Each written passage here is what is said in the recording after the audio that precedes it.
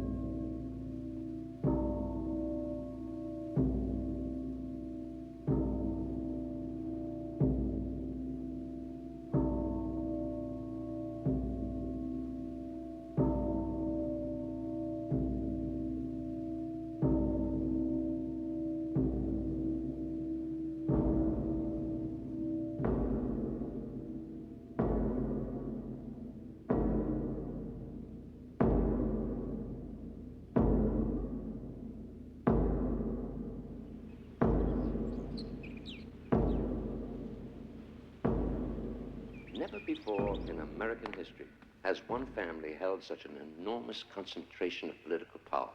The plan is perfectly plain. To retain and perpetuate this power for decades. 2 terms for JFK, 2 for Bobby, and 2 for Ted.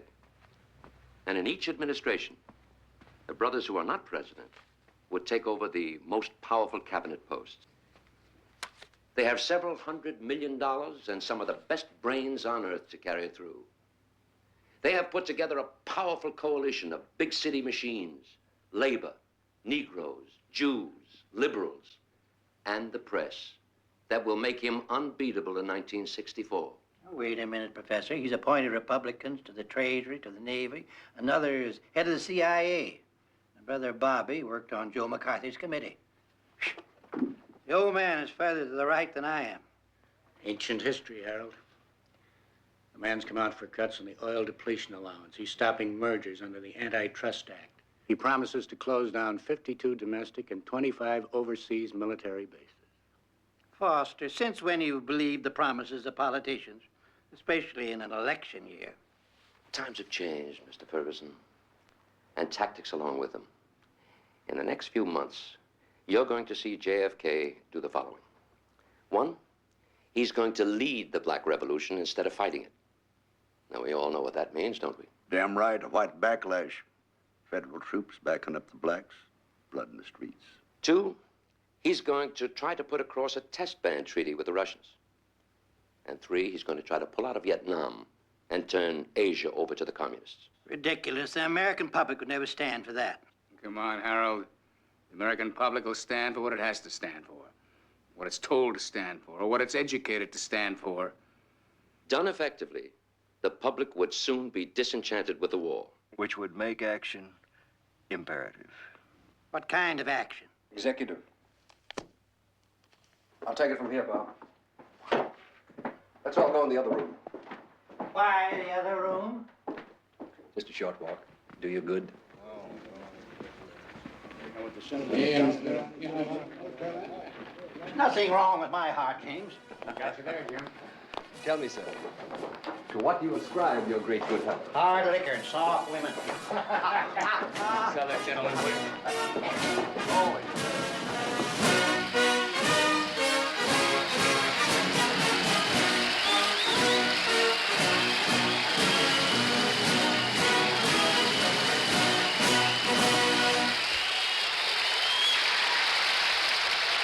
This country was not made by people who sat in their own community and followed their own private interests. Instead, it was made by the men who recognized that change means progress. Progress means the welfare of our people. That's what makes this a great country.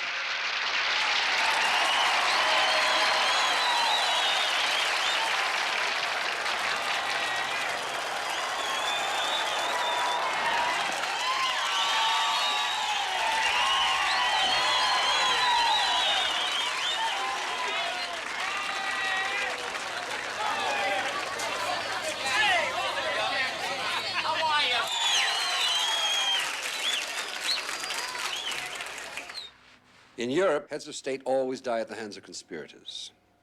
Our presidents are killed by madmen. The pattern is remarkably consistent. Abraham Lincoln, April 14th, 1865. Target, sitting and stationary. Range 6 inches, successful. James Garfield, July 2nd, 1881. Target walking at 2.5 miles per hour. Range 3 feet, successful. William McKinley, September 6th, 1901. Target, standing and stationary. Range, 1 foot. Successful. Theodore Roosevelt, October 14th, 1912. Target, standing and stationary. Range, 6 feet. Wounded. Survived. Franklin D. Roosevelt, February 15th, 1933. Target, sitting and stationary. Range, 23 feet. 5 shots, 5 misses. In no case was the killer an expert marksman. In every case, the Secret Service was unprepared. And in every case, the assassin was a political fanatic willing to die to get the president. Now, no professional technician can be expected to lay his life on the line for such a cause. So we've determined that our action can best be carried out during a motorcade. How so? Because they're scheduled well in advance. And they give you a chance to fire from cover and get away in the confusion. How do you select your operatives? I can tell you, Harold, now in the old days, you used to have to train your own men from the ground up, keep them on your payroll the rest of their lives. No more. Wow. You know how many men were fired by the CIA after the Bay of Pigs fiasco? There's a small army of anti-Castro Cubans. They're all available, and they can do anything from picking a lock and bugging an embassy to taking care of an ambassador. So, how many of them do you need? A team of 3 men. I've had 2 teams in the field for over a month. Why, 2? One team will be selected for action, the other for backup and getaway. These are all men I've used before, Harold. Trained, reliable, professional. Now, 1 man firing from long range at a moving target is out of the question. Even with 2 men, we found the percentages of failure are too high. The only possible scenario is 3 rifles with triangulated fire. 2 firing at a retreating target. The 3rd firing as the target advances.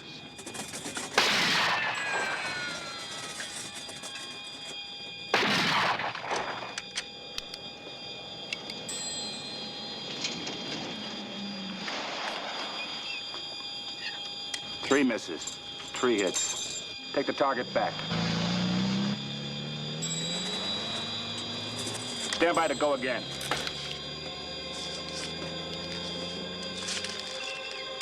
Start the target.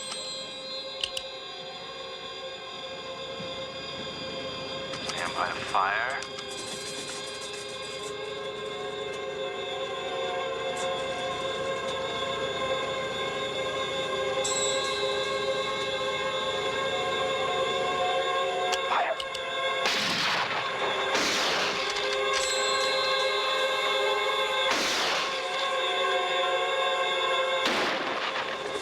Why, there's a climate of violence in the country now, in which anything can happen.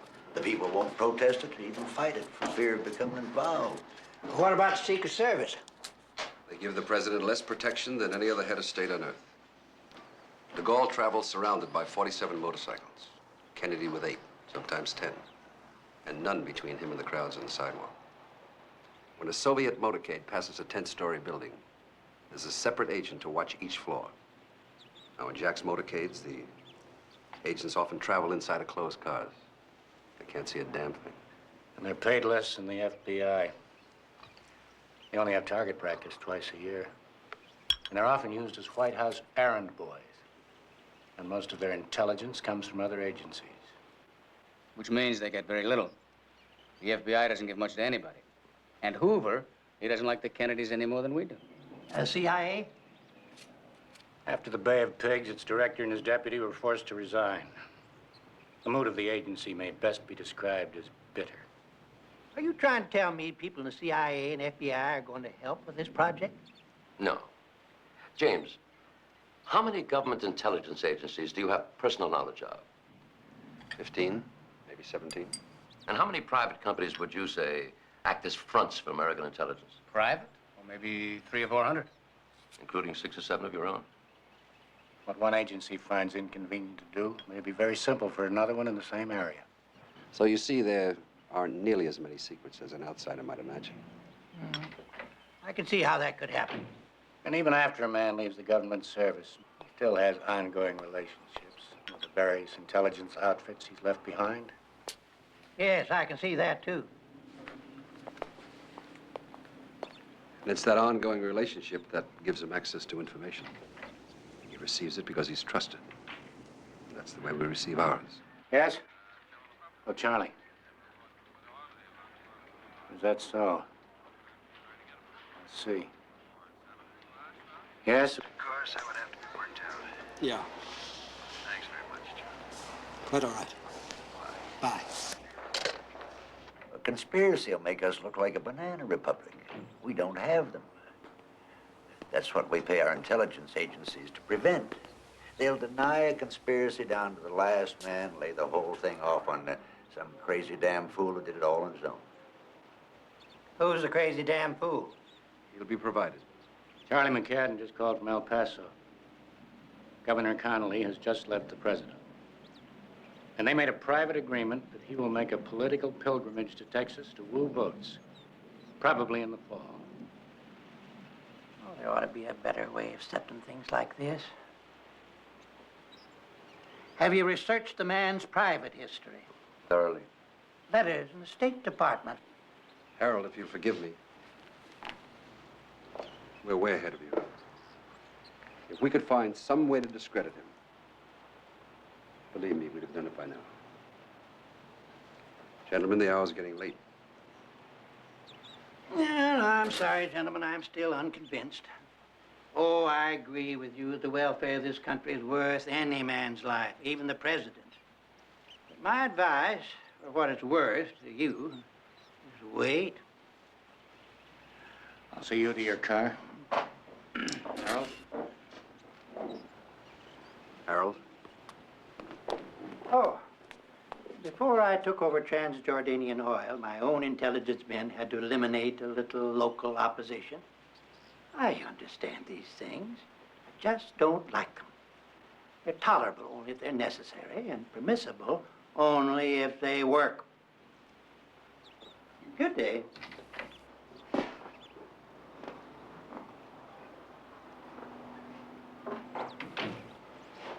I was in charge of that Trans-Jordanian operation. The hell? Arranged it with German intelligence. A technician on that job is out there right now, training Team B. Okay, Lee. Take her out.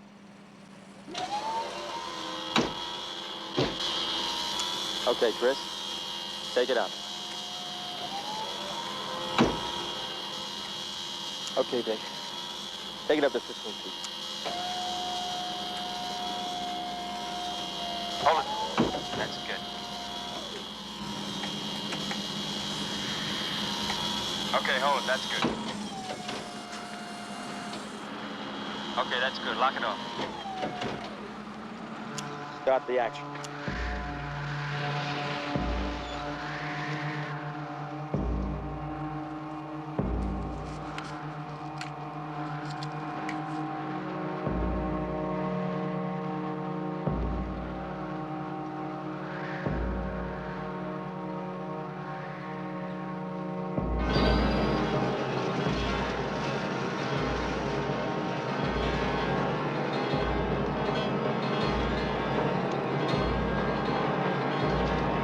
Fire.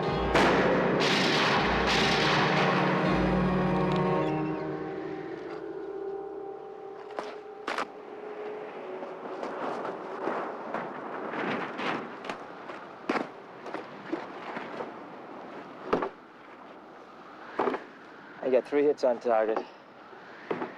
1 hit on number 2, a miss. 7 seconds and 2 misses. It's probably a kill, but we're 2 seconds overtime. So we'll have to slow the target down. With the most accurate rifle on Earth, we've still got a 2-inch spread on either side for every 100 yards. So at 20 miles an hour, it's too much. Hmm?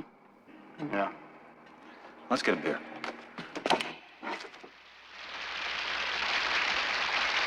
Commencement exercises at American University gain world significance when President Kennedy reveals 2 major decisions on Western relations with Russia. Addressing the graduates, Mr. Kennedy makes a stirring plea for world peace and says, First, Chairman Khrushchev, Prime Minister Macmillan, and I have agreed that high-level discussions will shortly begin in Moscow, looking towards early agreement on a comprehensive test ban treaty. I now declare that the United States does not propose to conduct nuclear tests in the atmosphere so long as other states do not do so. This generation of Americans has already had enough, more than enough, of war and hate and oppression.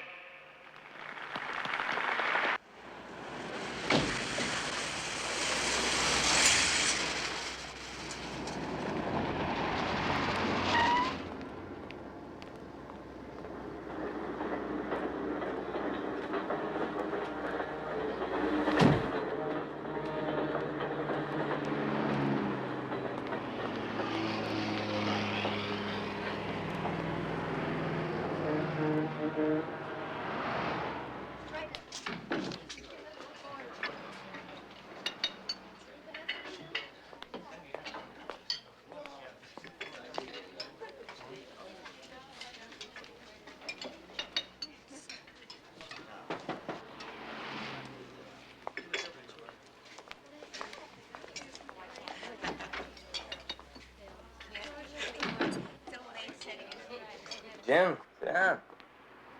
Are you hungry? Thanks, I've eaten. How's the team? Well, that can be done in 5 or 6 seconds. But only if we slow the target to under 15 miles an hour. Otherwise, you take chances. All right, we'll work on that. Any cover problem? No, no problem. We're supposed to be hunters. And I take it that's what we actually are. Correct. Here's your expense money. Say, when are you going to throw a little light on this play? This is not quite a standard operation. I'm being run as tight as you are. You mean is that each of us knows only his own job? Put it in any words you like. Well, the company must be running a couple other teams. Are we number one? 2 teams only. And there's a good chance that you'll see action. Maybe before Thanksgiving. How soon will we find out what the options are? The probabilities for success are almost 100%. And like the Bay of Pigs. Now, look, you're a high-risk man. You're on contract. Your men are all experienced in black operations. You take your chances and you get paid for it, and damn well. Okay, Jim. I'll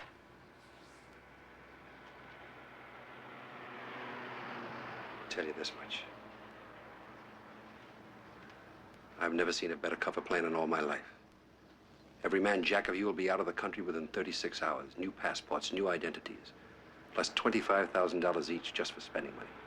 I like that. Tell me more. You'll stay out of the country for 2 years. You'll receive $25,000 a year via Switzerland for the next 5 years. All of us?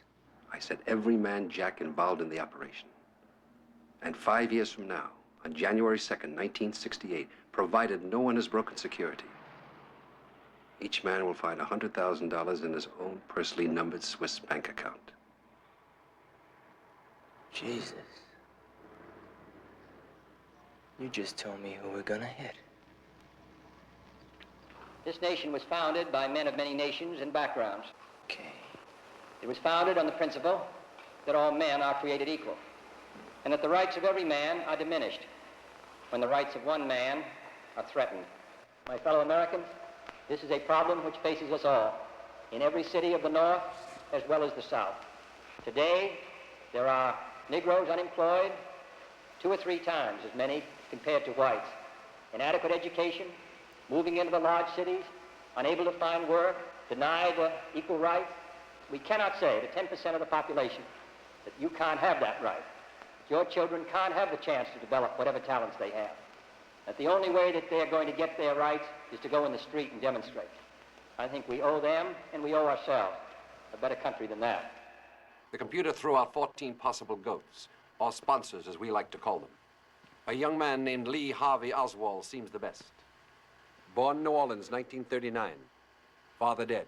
Mother remarried and divorced. Boy was placed in an orphanage for a while, then shunted about with his mother till he was 17. You can start now, Tim. He has a remarkably muddled political record that could be steered strongly to the left.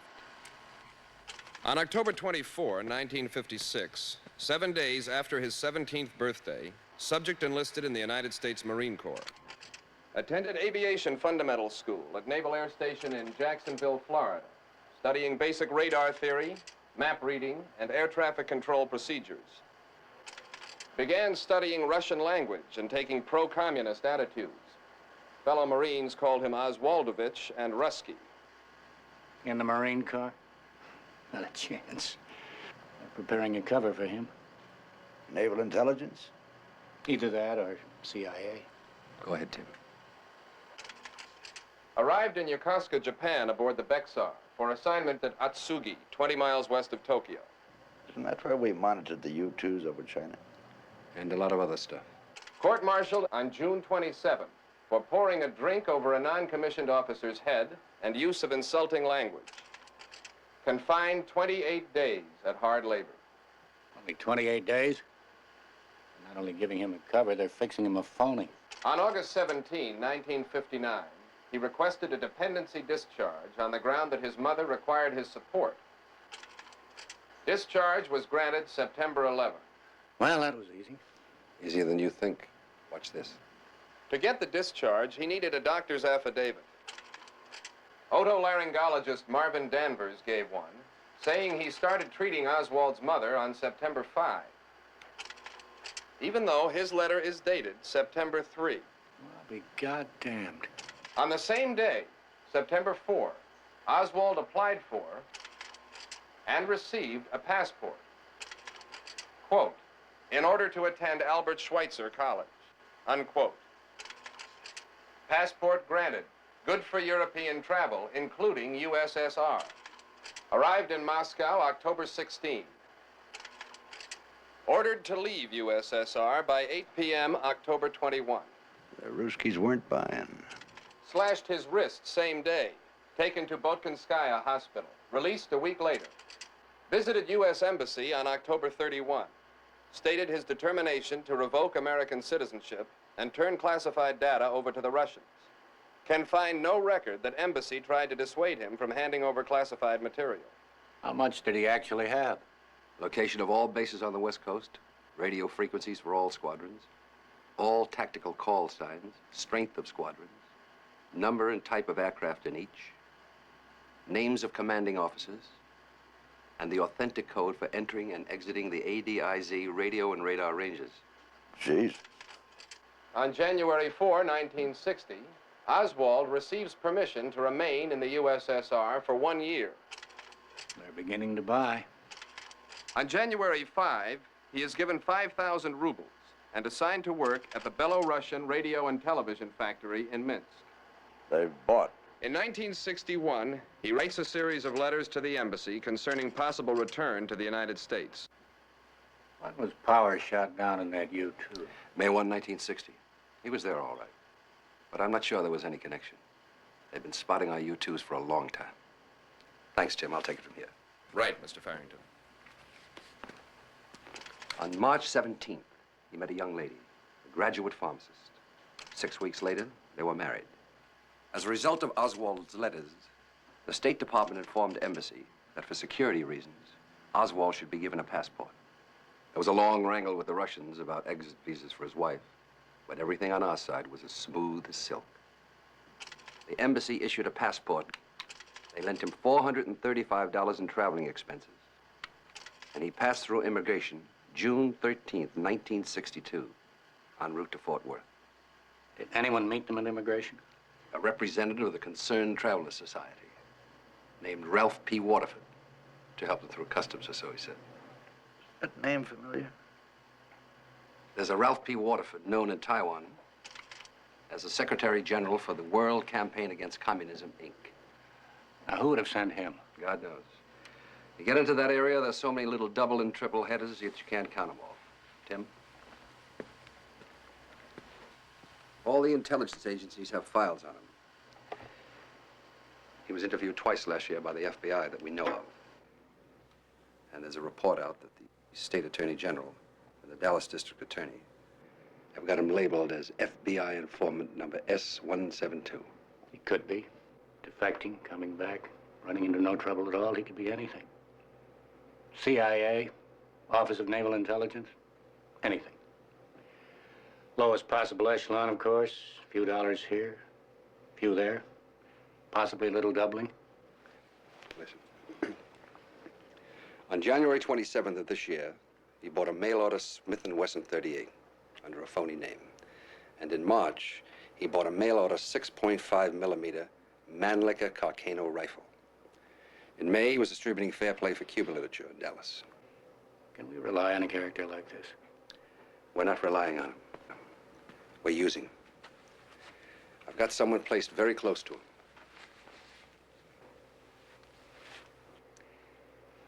Get a little air. Go ahead. I want to check the stock market first.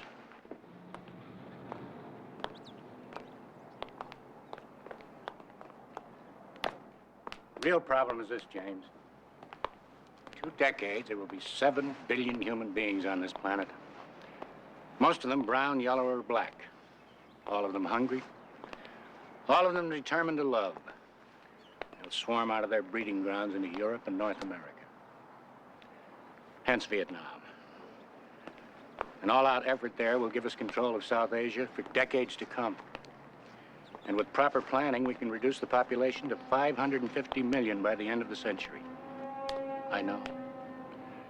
I've seen the data. We sound rather like gods reading the Doomsday Book, don't we? Well, someone has to do it. Not only will the nations affected be better off, but the techniques developed there can be used to reduce our own excess population. Blacks, Puerto Ricans, Mexican Americans, poverty-prone whites, and so forth.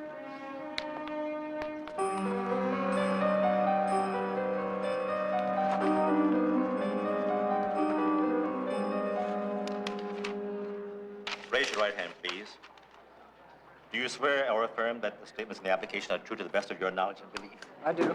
Do you swear and affirm your allegiance to the United States of America? I do. For 24 hours service, it's $2. George Bernard Shaw, speaking as an Irishman, summed up an approach to life. Other people, he said, see things and say, why? But I dream things that never were, and I say, why not? The problems of the world cannot possibly be solved by skeptics or cynics whose horizons are limited by the obvious realities. We need... Yes? 24 hours? Not only that, he stated on his application that his previous passport had been lifted and that he intended to travel to Russia. He can't be just crazy on his own. He defects, they lift his passport, and on 24 hours' notice, he gets another one to travel back to Russia? Ah, somebody must be behind him. Oh, yes, indeed. Worth his weight in gold.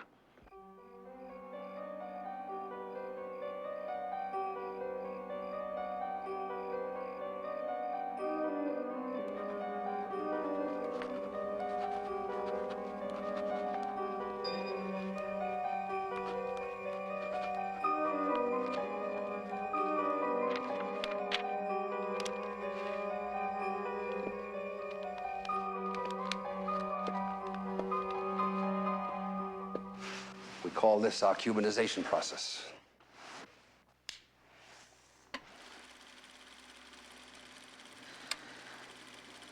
Here our sponsor distributes Fair Play for Cuba leaflets on Canal Street, New Orleans.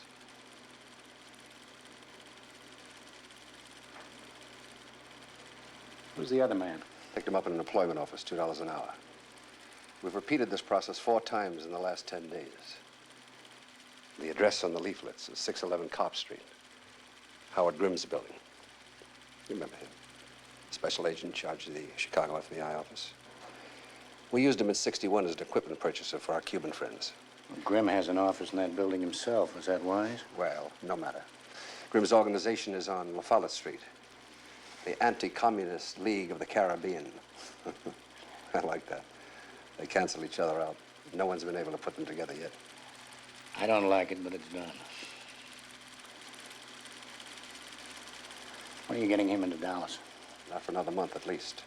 Our New Orleans scenario still calls for a street corner fight and an arrest, and possibly some radio interviews. TV if we're lucky.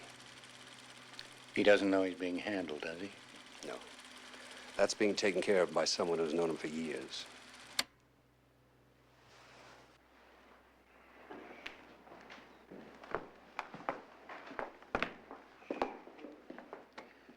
You heard anything from the old man? Not yet. Go ahead without him? Difficult to say.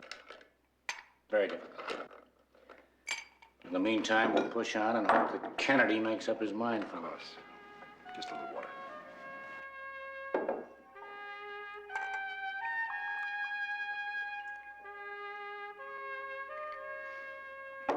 I still have a dream. It is a dream deeply rooted in the American dream.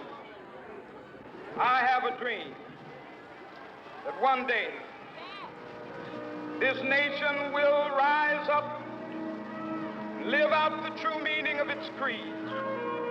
We hold these truths to be self-evident that all men are created equal.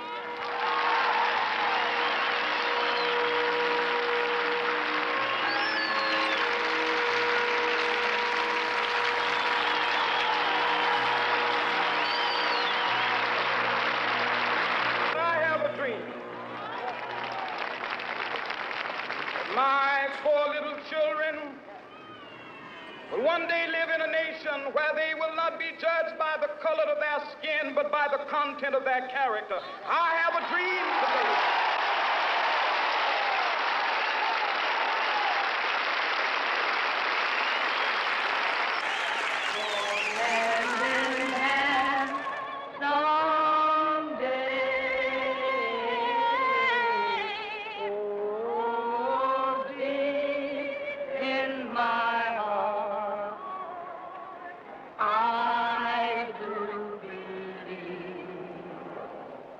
We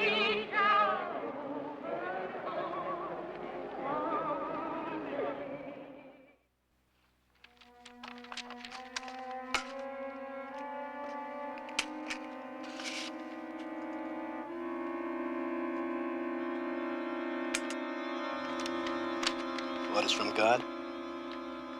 What the hell would they be sending us to Montana for? Help fight American imperialism.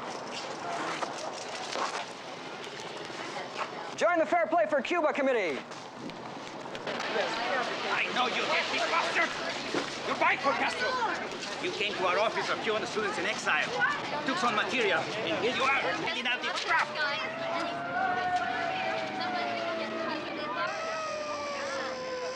Why don't you go to Cuba and stay there?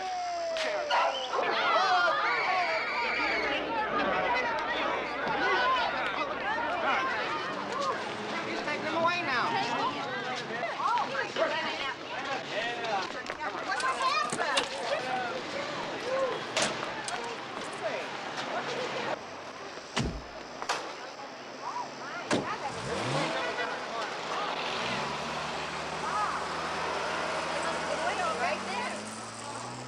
A full-scale nuclear exchange lasting less than 60 minutes with the weapons now in existence could wipe out more than 300 million Americans, Europeans, and Russians, as well as untold millions elsewhere.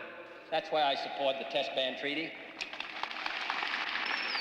Not because we're going to be easier in our lives, but because we have a chance to avoid being burned. The reason that I'm worried about this treaty is because I believe that this treaty is a step away from safety, possibly a step toward war. A pact hailed by a hopeful majority as signaling peace in our time actually turns out to be a first step on the path to disaster. This treaty is not the millennium, but it is an important first step, a step towards peace. Let history record that we, in this land, at this time, took the first step. The man's creating the perfect climate for his death. They sometimes do, you know. Caesar did. In that event, what do you hear from our elderly Brutus? Ferguson says, in effect, don't call me, I'll call you. How's your stand-in for Brutus doing? Oh, he's doing fine. Heading up a Fair Play for Cuba committee that doesn't exist. Writing letters to the Communist Party in New York. And after that street brawl, he demanded that an FBI man come down to see him. When will he be in Dallas? Between the 3rd and 5th of October. His wife's there now, living outside of the city with a friend. Well, why wait so long? Well, he wants to go to Mexico City to try to get a visa to go to Cuba. Is that your idea? No. But there's no way to stop him without making him angry with our connection. I don't see any harm in it, do you? Man's a genius. He'll have the FBI watching the CIA and the CIA watching the Bureau. Before he's through, nobody will know whose man he is. Meanwhile, I've scheduled 2 live target rehearsals, one for each team. Good. And one more thing, Robert. When this operation is finished, it's my last. Why, of course. We all have our failures of nerve. If we didn't, none of us would be worth a damn.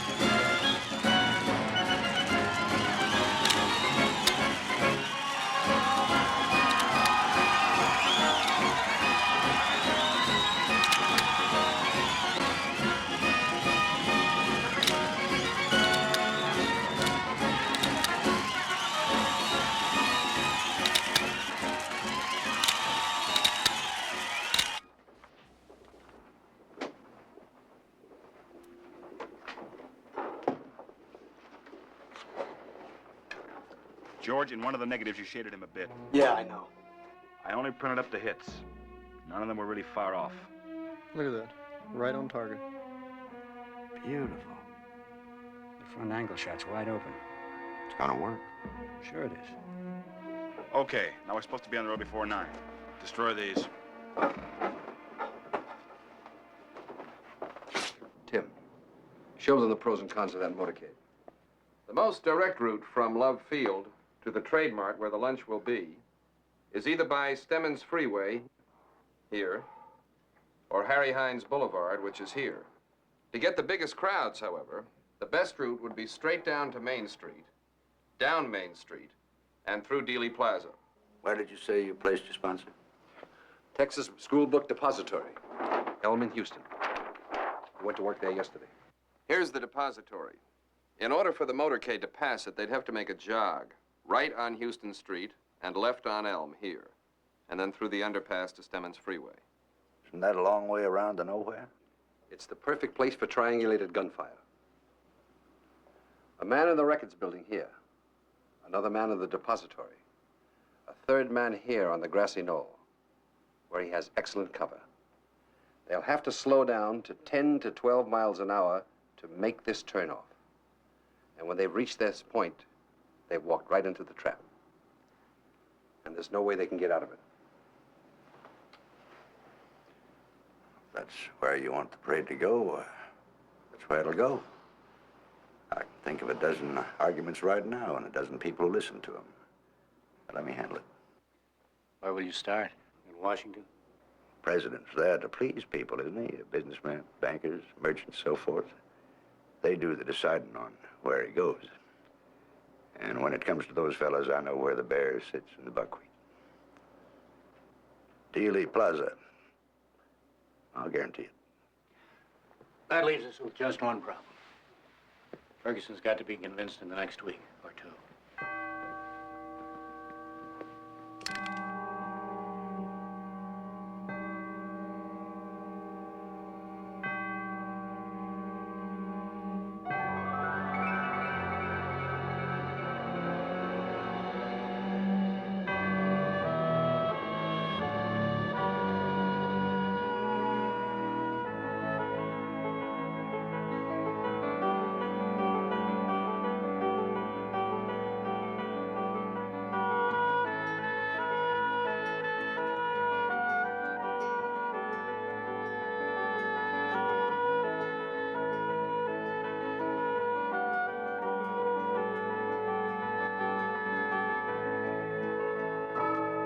Tonight, the news from Saigon is grim indeed, as riots sweep the city and the government of courageous President Diem hangs in the balance.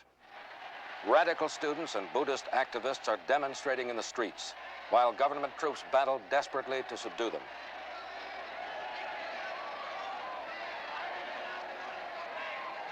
In protest, another Buddhist monk has burned himself to death. And what is our president doing to support Diem? This from Washington. Is there any speed up in the withdrawal from Vietnam?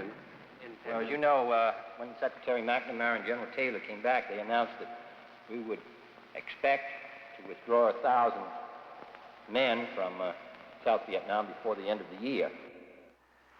Reliable sources inform us that Kennedy plans to withdraw all United States forces from Southeast Asia in 1965.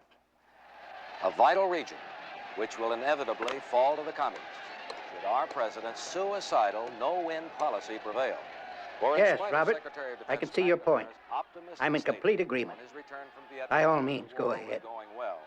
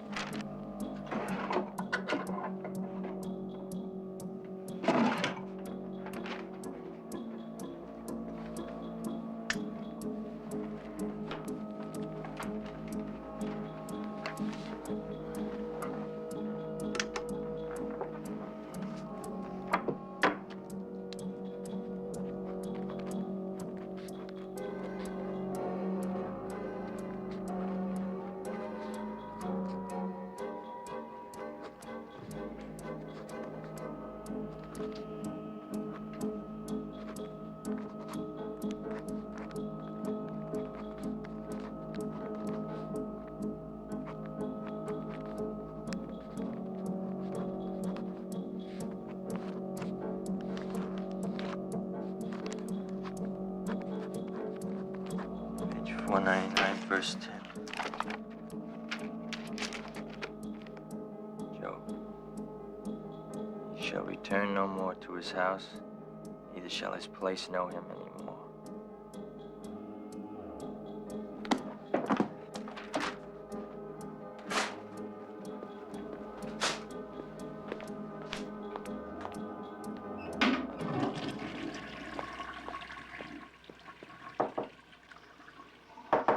Chris, open up for a minute.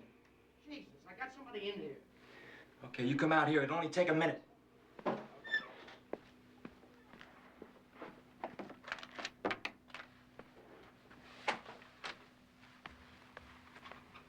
I'll be back in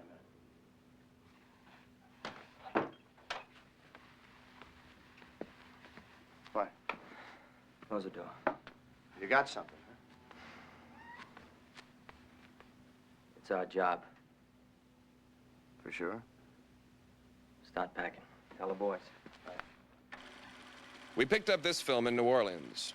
It's a TV interview with Oswald after he got in that hassle passing out the pro-Castro leaflets. No matter what you say, Jim, the point of it is you must be remembered. 10 days from now, if they hear you described, they must say, "Oh yes, I saw him. He was here." Do you understand? I've got it. It's equally important that we set him up planning the event. He owns a rifle with a scope, but he's never used it. Give him visibility in a gun shop. We'll provide you a rifle similar to his. We also want to see him practicing. Can't you arrange to borrow his rifle? That's programmed for later when we're certain he won't miss it. Let's do some more homework. But that does not mean, however, that I'm a communist. Communist. What is the difference between the two? Well, there's a great deal of difference. Several American parties in several countries are based on Marxism, such as Ghana. Certain countries have characteristics of socialist systems, such as Great Britain with its socialized medicine. These, then, are the differences between an outright communist country and countries which adhere to leftist or Marxist principles. In your work with the Fair Play for Cuba Committee, what are you advocating? We advocate restoration of diplomatic, trade, and tourist relations with Cuba.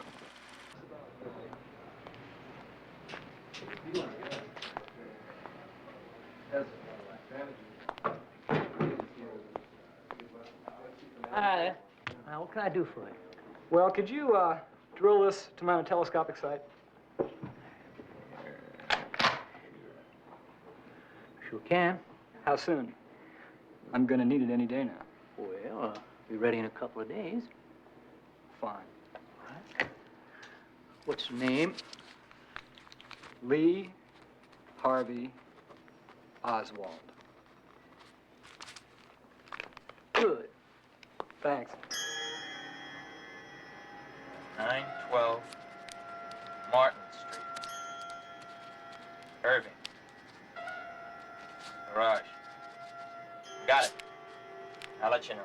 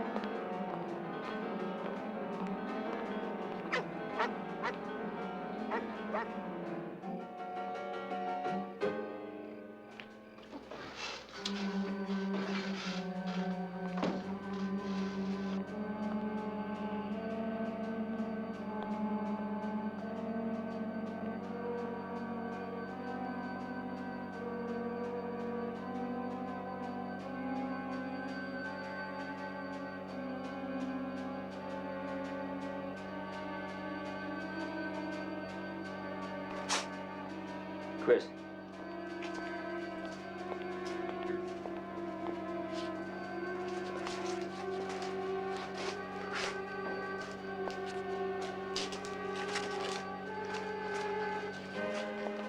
All yours. 6.5 Mannlicher Garcano.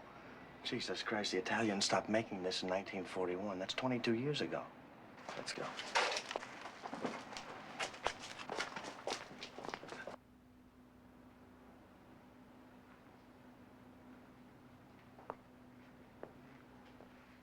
She's a real fine piece of weaponry, isn't she?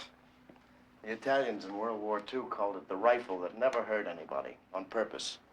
The bolt sticks, it's got a two-stage trigger, and the scope is off .02 to the left, and it has a 9.5-inch drop. Oh, can you adjust to it? Oh, sure. I'm gonna need a hell of a lot more practice before countdown.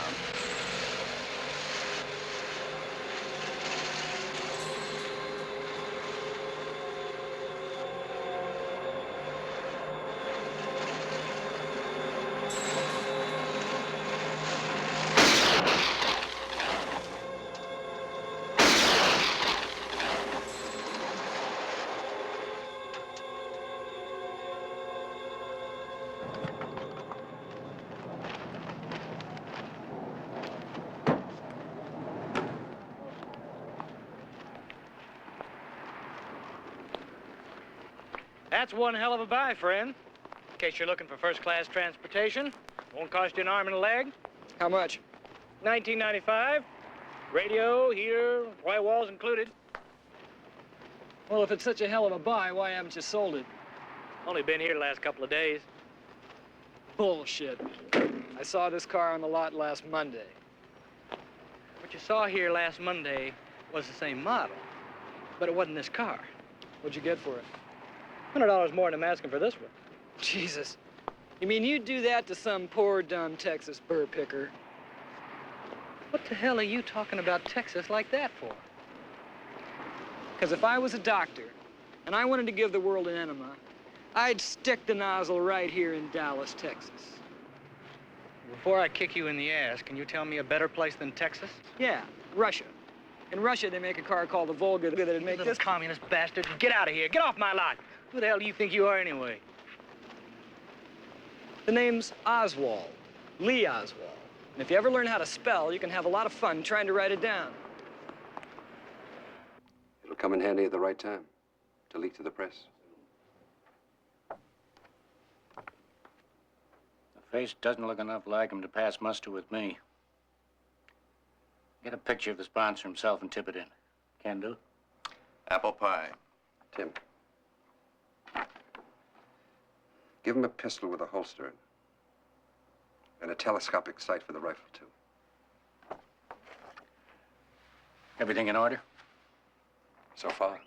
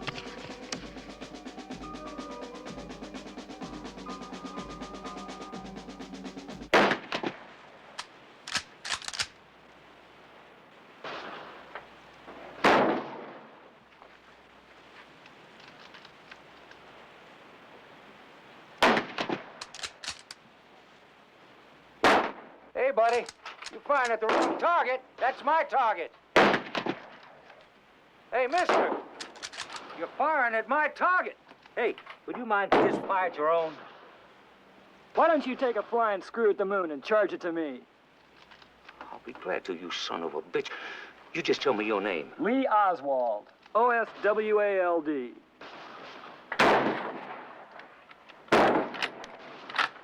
Hey, Ralph!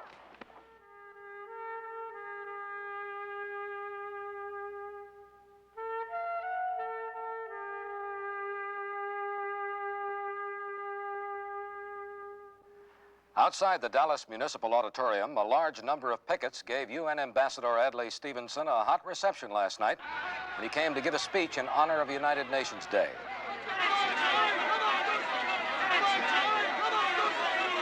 And the audience inside wasn't a bit more friendly.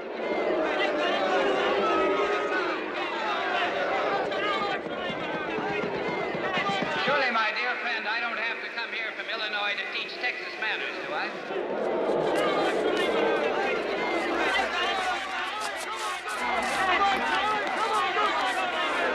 Well, I do hope all the pickets will come in and sit down. Because for my part, I believe in the forgiveness of sin and the redemption of ignorance. Stevenson told friends that he was going to advise President Kennedy not to make that forthcoming trip to Dallas because of the hostile atmosphere in that city.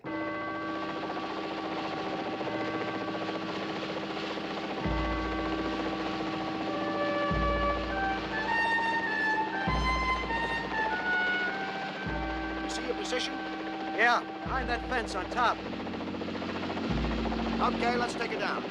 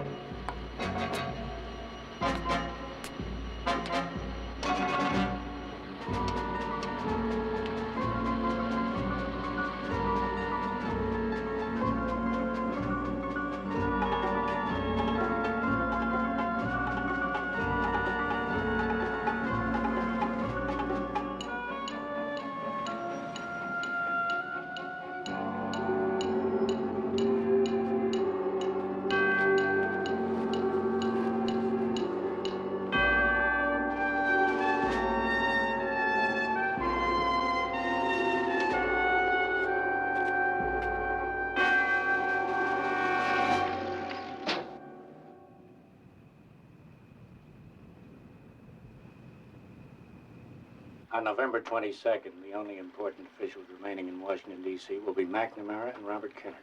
The Secretaries of State, Treasury, Interior, Commerce, and Labor will be in the air en route to Tokyo. The President and Vice President will be in Dallas. To confuse matters and give your men as much time as possible, a code will be removed from the Tokyo-bound cabinet plane. And the Washington, D.C. telephone system will suffer a temporary blackout. That will help. The Secret Service are under regular orders to stay with the president no matter what happens. Once they get him to the hospital, they'll probably filter back. But for at least a half hour, you should be entirely free of them. I'll have 6 men with Secret Service credentials in Dealey Plaza.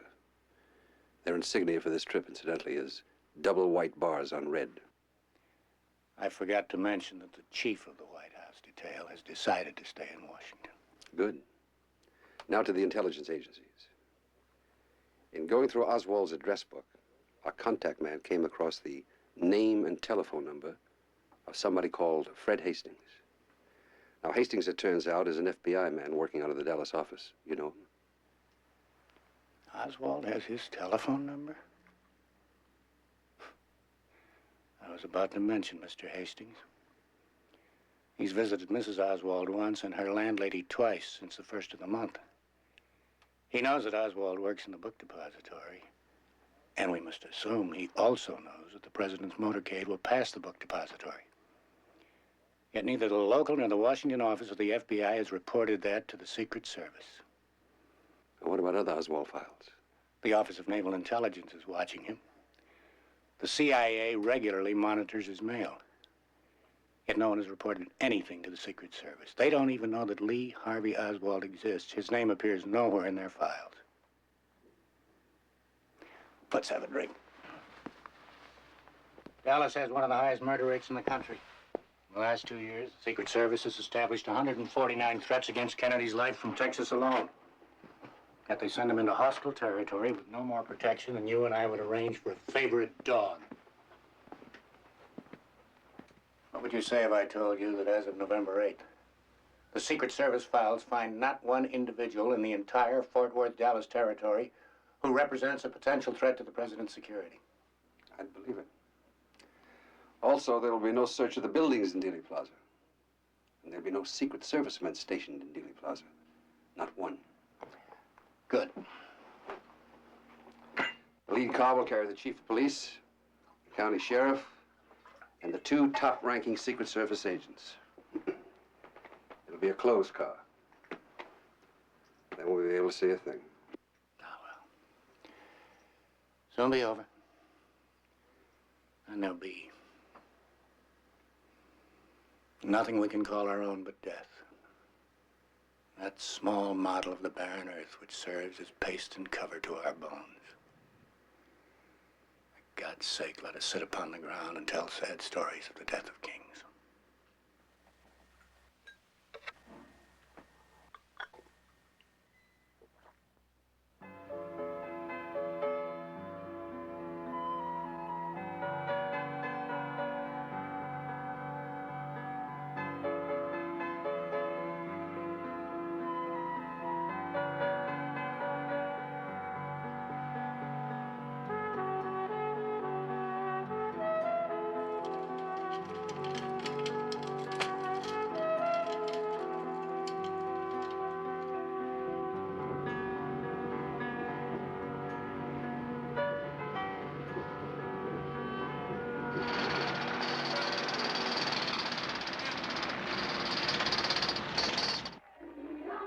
President John F. Kennedy is getting a warm welcome this morning here in Fort Worth, the 3rd stop in his whirlwind trip through our state.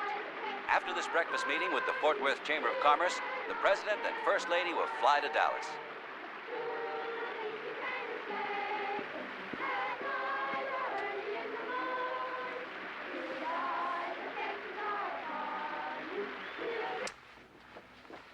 This is from one of our people in Fort Worth.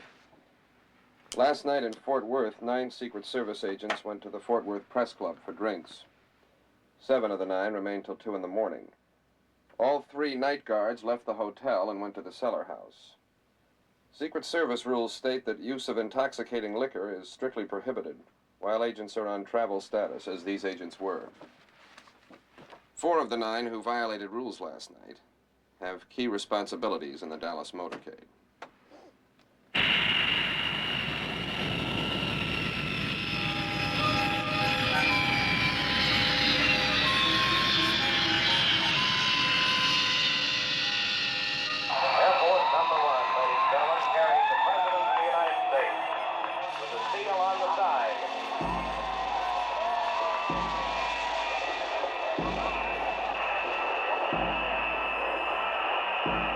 Beautiful sight.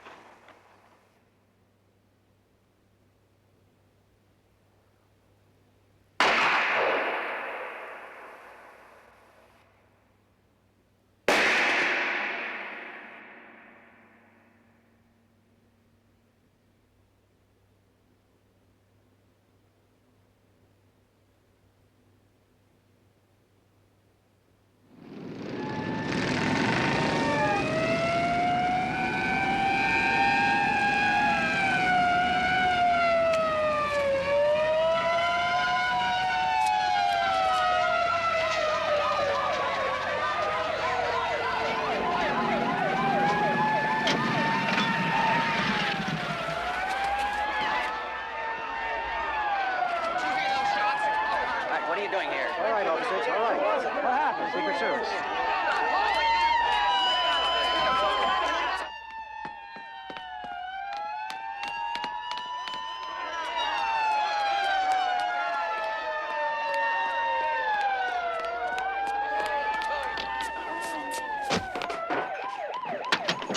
Hey, you. Come here. Who are you? Hell, I work here. You work here, too? Yeah. Okay. We have just arrived here at Parkland Hospital. It's hard to tell what's really going on. People here with dazed looks on their faces. Police are keeping everybody out.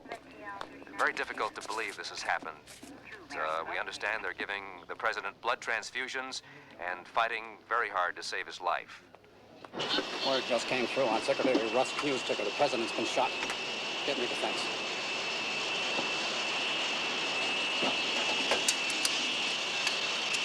Something's happened to my code book. Hello? Hello? Defense Department? Is this the... Hello? Hello? Have you called him yet? There's no answer, Senator. The line went dead.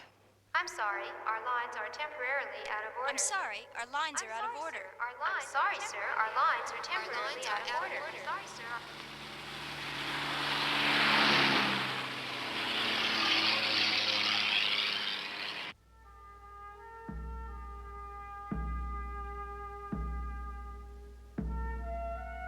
Ladies and gentlemen, the president is dead.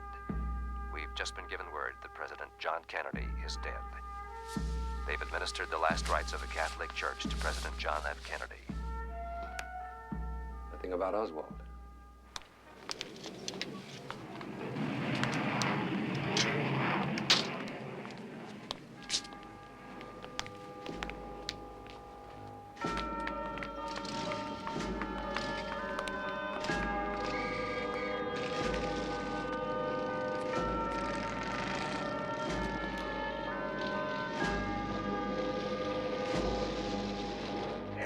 Police have arrested a man whom they suspect of being involved in the assassination of President Kennedy. He was apprehended in the Oak Cliff area after allegedly killing a policeman.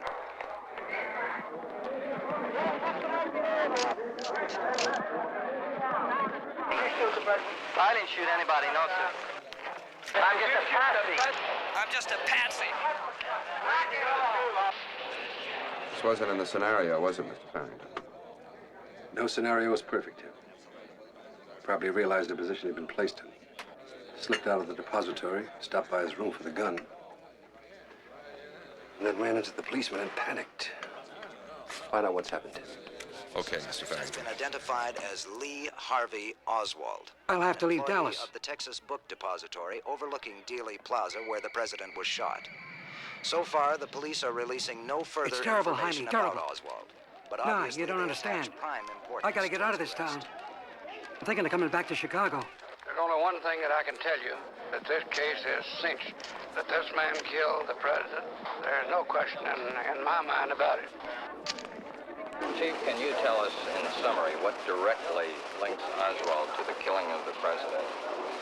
Well, the fact that he was on the floor where the shots were fired from immediately before the shots were fired, the fact that he was seen carrying a package to the building. The ballistic test, we haven't had a final report, but it is, I understand, will be favorable. But if we can put his prints on the rifle, I certainly would connect him with the rifle. Are there any other suspects linked with Oswald? No. Thank you. Was this, is there any indication that this was an organized plot, or was it just one man? There's no one else but him. Stuttgart, gate 12. Thank you. Let's go.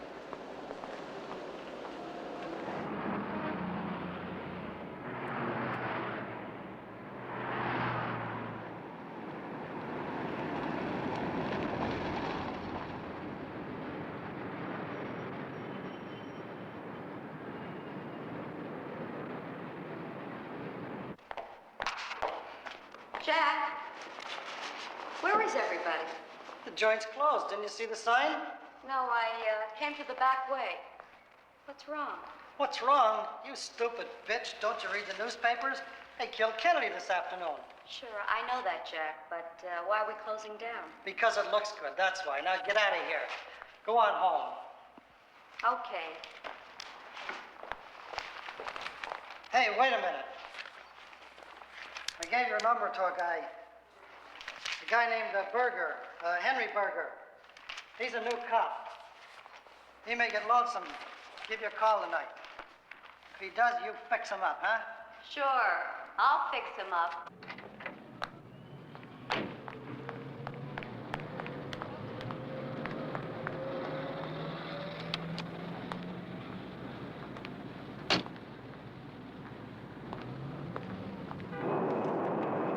May I bring you a drink, sir? Drink, sir? Yeah, vodka rocks.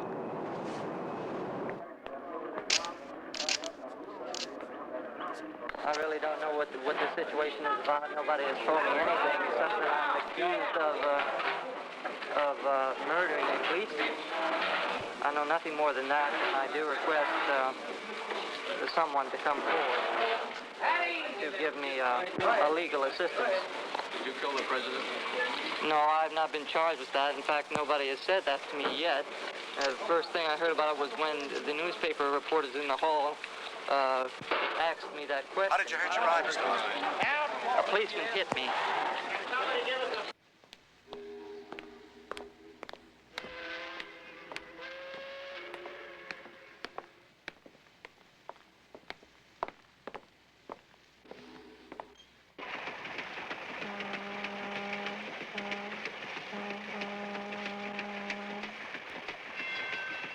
You okay? Considering I hit the wrong guy, yes.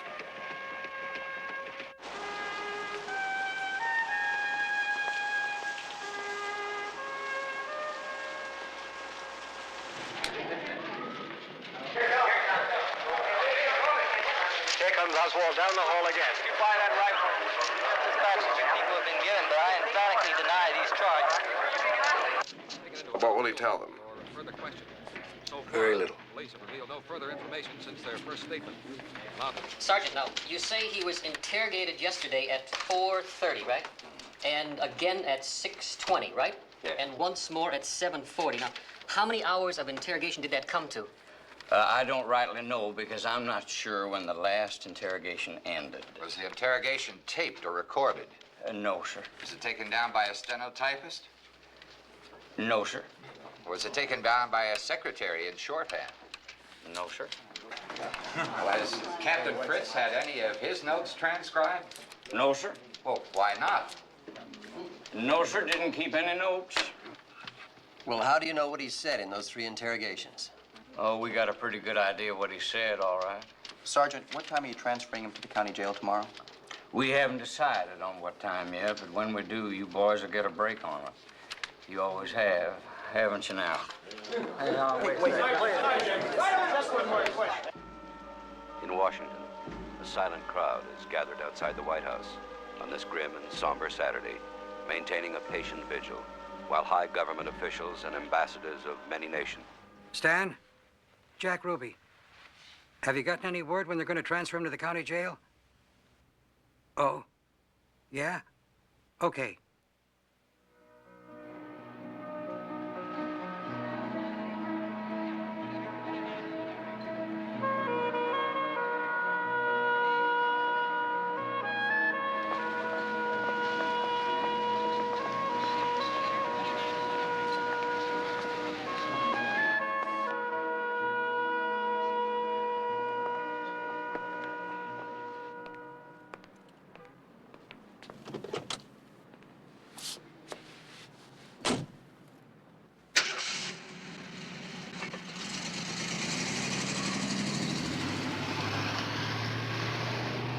Why do you think he would want to kill the president?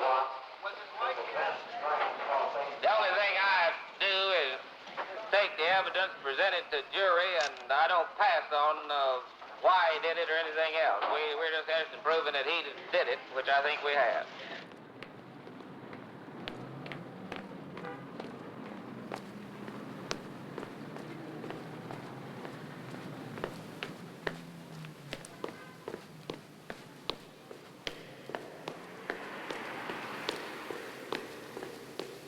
How many cases of this type have you been involved in? That is, when the death penalty is involved.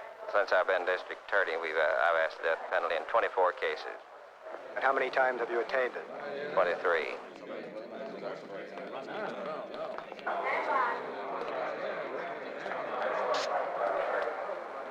There is Lee Oswald.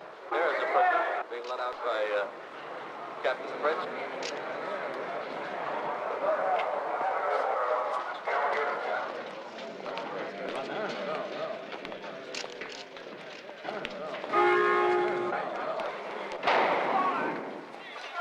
He's been shot. He's been shot. Lee Oswald has been shot.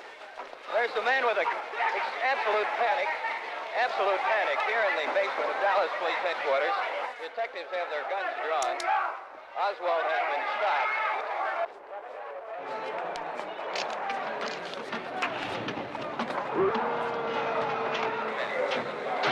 Stay with me. Did you see it?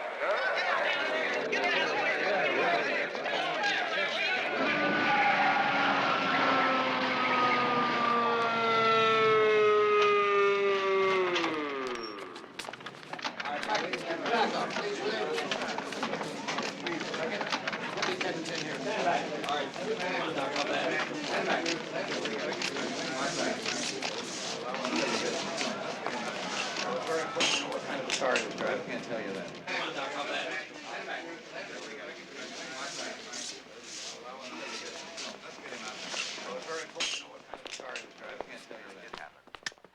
Would you be willing to say, with all this evidence, that it is now beyond a reasonable doubt at all that Oswald was the killer of President Kennedy? I would say that without any doubt, he's the killer. The law says beyond a reasonable doubt and to a moral certainty, which there's no question that he was the killer of President Kennedy. That case is closed in your mind. As far as Oswald's concerned, yes. It's so unlikely, I don't see how anyone can believe it. Everyone will believe it. They want to believe it. They have to. People, the government, everyone. Even his brother? He's the Attorney General, for God's sake. True. But he's not thinking as Attorney General tonight. He's grieving for a murdered brother. By the time his grief subsides, all the power will have passed. It'll be too late. Yes? That's right. Hold the body there. We'll make arrangements in the morning. That's right, thank you. Good night. That was Tim. James Farrington. Heart attack.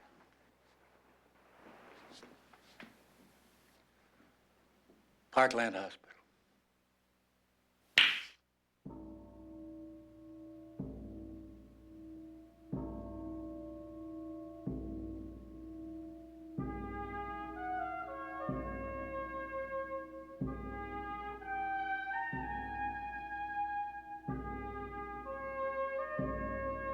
In the 3 years after the murders of President Kennedy and Lee Harvey Oswald, 18 material witnesses died, 6 by gunfire, 3 in motor accidents, 2 by suicide, 1 from a cut throat, 1 from a karate chop to the neck, 3 from heart attacks, and 2 from natural causes. An actuary engaged by the London Sunday Times concluded that on November 22, 1963, the odds against these witnesses being dead by February 1967 were 100,000 trillion to 1.